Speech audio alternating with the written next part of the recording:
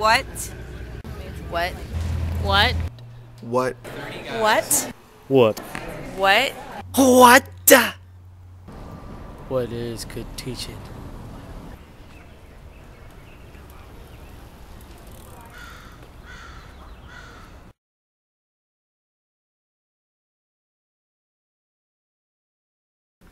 I'm Jaime Diaz, and I teach behavioral neuroscience courses in the psych department at UW.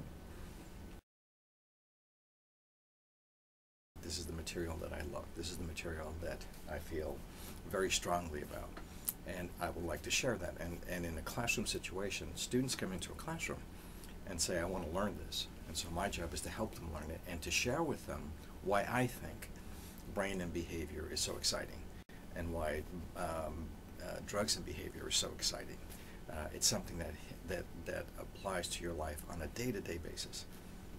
It's important in our world to know this right now. It's important for a university-educated person to know these things. And so it's that I feel this is my love.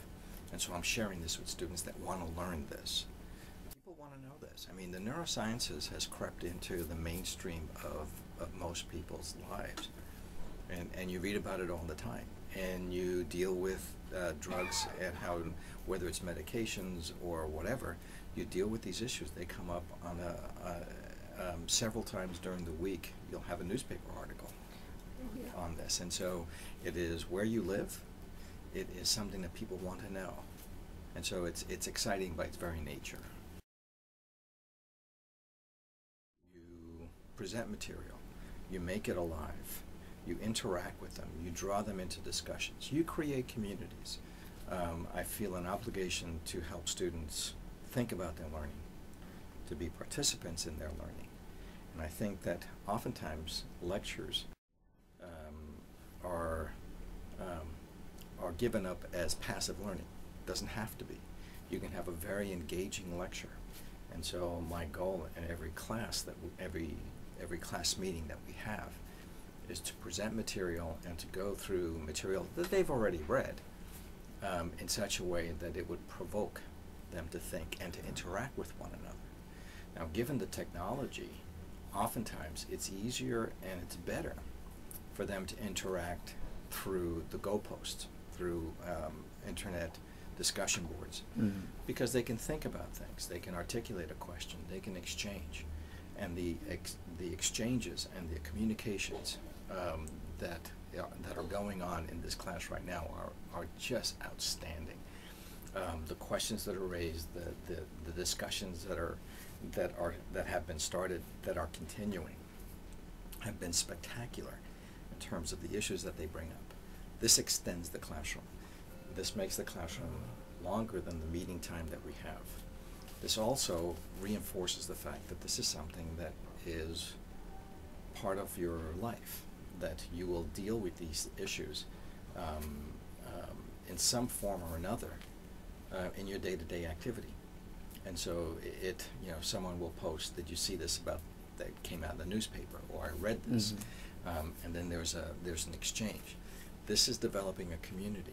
It's teaching them how to find sources, how to evaluate sources, how to share experiences, how to communicate, how to articulate an idea.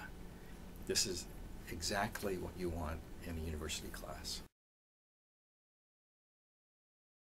You want to say, okay, we're going to explore this, and I will help you, and I've been thinking about these issues a lot and for a long period of time, and so let me guide you through the way that I think will help you discover things best. And so it's a contract that I make with the students. I'm their guide. I'm their co-traveler in this new territory. I am fortunate and blessed that I'm teaching classes that are not required classes, in the sense that everyone that comes into that class wants to learn this. They come in wanting to be there. Find their teaching self.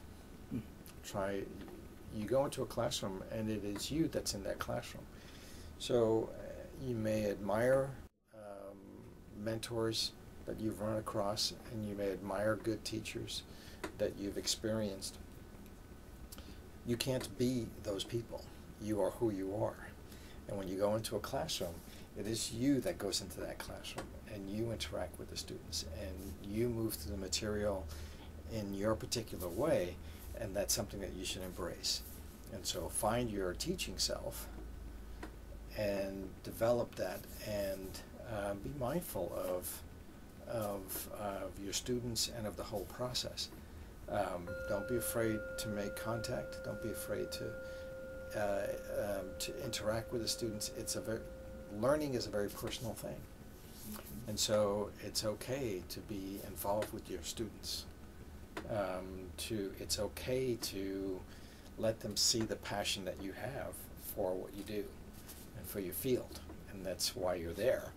And that's why you chose to study this and to research this particular piece of academics and of your science. And this is the buzzword right now: mindfulness. It's a trait. You want to be able to be information fluent.